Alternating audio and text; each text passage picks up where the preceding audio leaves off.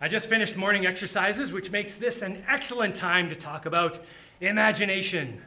Now, for an adventure builder, imagination is a combination of mind and spirit. Now, your mind is really good at collecting information and applying logic. And inside your head, you've got this framework, this model of the universe. And as you build this model of the universe, it's sort of like every time you get a new piece of information, you're just adding one more little puzzle piece to this universe in your head. And as long as you're being careful and making sure each one of these puzzle pieces actually fits and keeping out all the bad information that doesn't fit, you'll end up with this puzzle. And anything you do within the puzzle should also work in real life.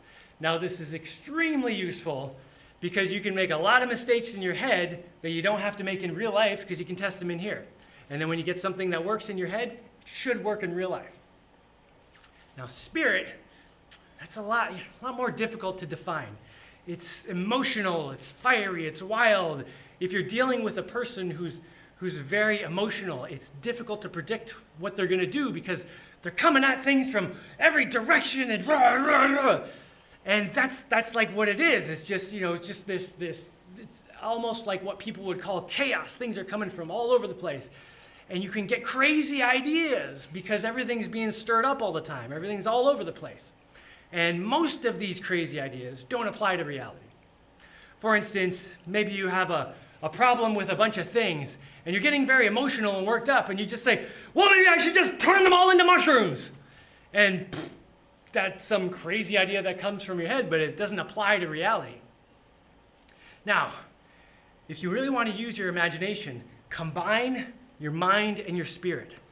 Now, your mind has this framework of the world, of the universe, right?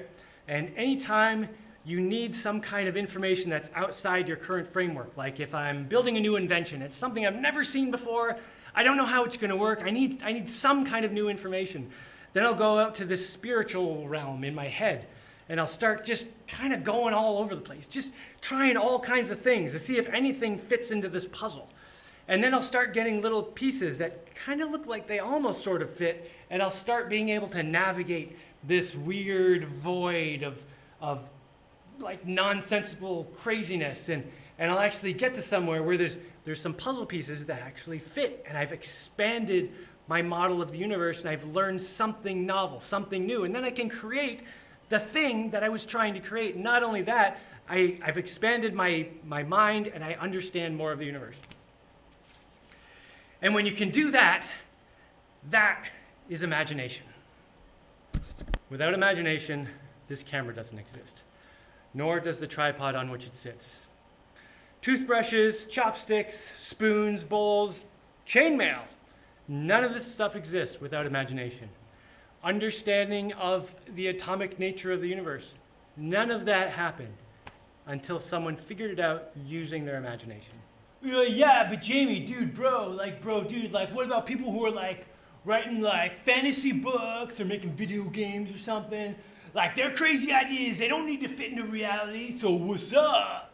Well, no, their ideas don't have to fit into reality, not our reality. They have to fit into the framework of that video game or that book. Like Dr. Seuss writes all kinds of crazy things that don't make sense in reality. However, they make a certain type of sense within the framework of that Dr. Seuss world. Otherwise, people wouldn't read them. Dude, yeah,